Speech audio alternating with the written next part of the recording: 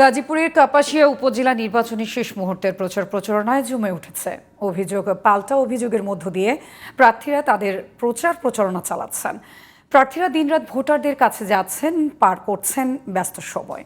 গাজীপুর প্রতিনিধি আব্দুল্লাহ আল মামুনের রিপোর্ট জানাচ্ছেন ফরিদুর রহমান।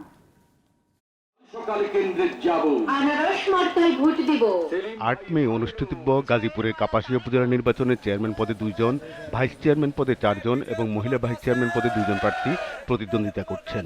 শেষ মুহূর্তে প্রচার প্রচারণায় প্রার্থীরা দিনরাত ভোটারদের কাছে যাচ্ছেন, পার করছেন ব্যস্ত সময়। বিজয়ের আশা করি এবং ৮ তারিখে যাতে টিয়াপাখি মার্কায় জনগণ ভোট দেয়, এই সংবাদটা আমি আপনাদের মাধ্যমে পৌঁছাই দিলাম। প্রত্যেকটা জায়গায় থেকে জনগণের স্বতঃস্ফূর্ত অংশগ্রহণ এবং মানুষ খুব ভালোভাবেই যে আমাকে গ্রহণ করতেছে সেটা আমি বুঝতে পারতেছি। প্রতিদিন সকাল থেকে মধ্যরাত পর্যন্ত প্রার্থীরা ভোটারদের বাড়ি বাড়ি গিয়ে ভোট চাইছেন, করছেন উঠোন বৈঠক সহ পথসভা।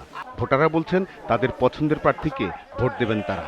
যারা খেটে খাওয়া কৃষক তাদেরকে দেখবে এবং এই দেশের উন্নয়নের ধারাবাহিকতা ধরে রাখবে, তাকে আমরা এমন সৎবান আদর্শ একজন নীতিবান মানুষকে আমরা ভোট দিব। যে সৎ আদর্শবান এবং উপজেলা বরাদ্দ থেকে সুষম উন্নয়ন করবে তাকে আমরা সকল সাধারণ পর্যায়ের ভোটাররা ভোট দিয়ে নির্বাচিত করব।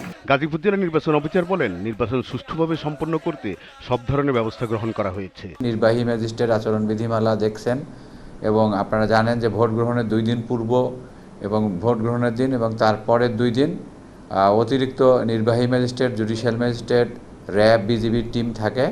এবারও সেভাবে মোতায়েনের প্রস্তুতি রয়েছে এবং এটা স্বরাষ্ট্র মন্ত্রণালয়ের পরিপত্র অনুযায়ী। 11টি ইউনিয়ন নিয়ে গঠিত কাপাসিয়া উপজেলা ভোটার সংখ্যা 3,15,201 জন। এর মধ্যে পুরুষ ভোটার 1,57,362 জন, মহিলা ভোটার 1,57,839 জন। Faridur Rahman, GTV news.